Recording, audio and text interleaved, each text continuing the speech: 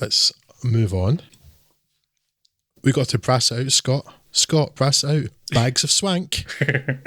Yes, this is a lead-in to The Man Who Would Be King, which is set in the late 1800s, where we find journalist and baker of exceedingly good cakes, Rudyard Kipling, played by Christopher Plummer, being regaled with the tale of the now wild-eyed, half-crazed ex-soldier, Michael Caine's Peachy Carnahan, relating what he and his fellow lovable rogue Sean Connery's Daniel Dravot have been up to since last they met, and it is quite the Shaggy Dog story. See, Dravot and Peachy had been bouncing about India since leaving the army, with undertaking a variety of petty criminal schemes that sees them on the verge of being kicked out of the country. However, they have one last gambit in mind, an audacious trip to head far into the north and do what I think would be modern-day eastern Afghanistan, here called Kafiristan, with as many rifles as they can smuggle over the border.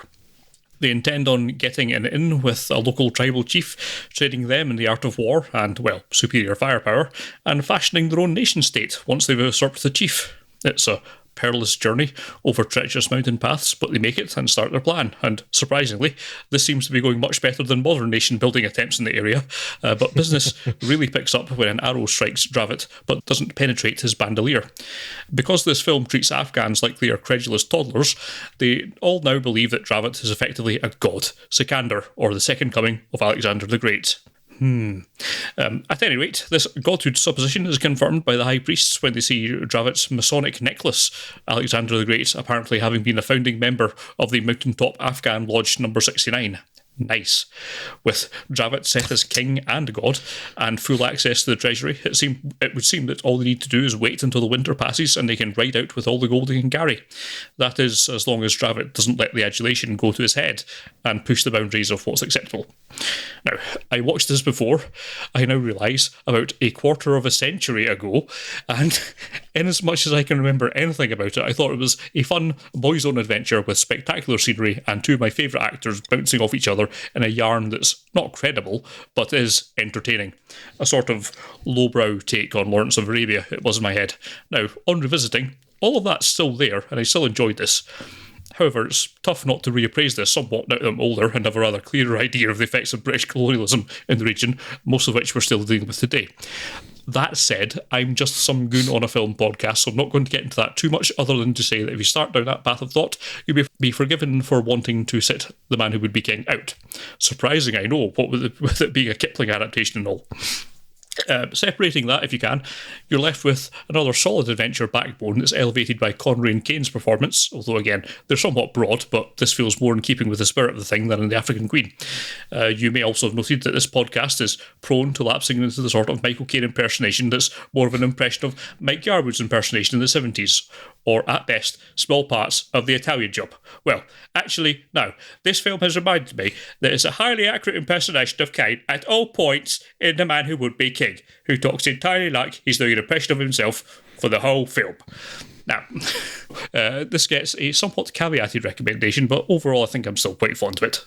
It's a nice little ripping yarn, but perhaps not much more, but it's got a nice kind of epic scope to it that I quite appreciate, so yeah, still quite like this one. Yeah, ripping yarn, or as you mentioned earlier, Shaggy Dog story, good description of this. I didn't actually know what to expect, I'd never seen it. Apparently never had a correct idea of what it was about. I had some images of it, seen clips of the two main actors in their red British Army outfit before and standing in front of some sort of official or something. That's about all I could remember, and I didn't know anything about it or the original story. I thought it was a really weird conceit to have Rudyard Kipling himself in the story. It turns out that, no, that's actually in the original, just that he never actually named himself, but everybody's like, yeah, that was Kipling. Yeah. Which is a surprise. I had no idea what to expect. What I did expect, though, was to be deeply uncomfortable watching it, because, first of all, it's white people in India. Like, okay. And then Afghanistan after that, that's like, yeah, we're in dangerous ground here already, and it's written by Kipling. The man could write an interesting story, but not sensitively. Nobody was called Gunga Din in it, so I guess that's probably good. But no, actually, that's not really an issue. I mean, I get your point about like the Afghan culture being, or what's meant to be Kafiristan, but basically it was Afghanistan. as being like kind of like a nation of simpletons, but it never like went on to full on what I would expect from Kipling and the like. Anyway, plus the whole thing is so broadly told, it's difficult to really get a whole head of steam up into thinking it's got any kind of nasty ulterior motives to it. It's just too dumb a tale to really read too much into it for my tastes.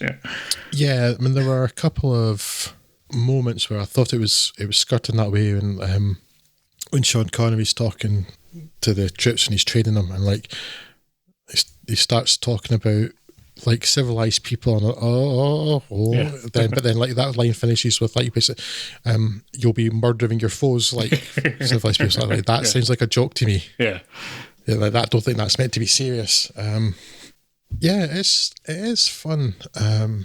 This is the one film in this episode I enjoyed the least, though. It dragged a little at the end, and I don't know the tone. Not in like in the way where we're just talking about the tone. It's weird because it's sort of like a kind of boys' own adventure sort of thing for a lot of it, but it drifts so often so close to something like a Monty Python or something that's kind of goofier and sillier. Yeah, and because it's always feels on the edge like that. Like I'm never quite sure where it was going, and it left me slightly unsettled watching it. Because Billy Fish is a very kind of Monty Python-ish character. Yes. So I was like, where's this going? Like, and then it would drift towards that to like just being really silly. And I mean, it does have lines like, Danny's only a man, but he can break wind at both ends simultaneous, which is more, I reckon, than any god can do. And some really cracking dialogue, but then it would just, then it would drift back to being slightly more earnest. And I was never quite comfortable with like where it was going there. I wonder if that contributed to me not enjoying it all that much. It is a weird film. As I said, I was kind of apprehensive to begin with, and then it's like after just like maybe 5-10 minutes and a couple of things in particular had happened, and I was like, oh, I'm into this. And then it just kind of gradually got less enjoyable as it went on. And yeah, it's okay. But it does have such one tremendously delivered line. And there's a lot of them because Sean Connery and Michael Caine may be the two most recognisable voices in cinema history.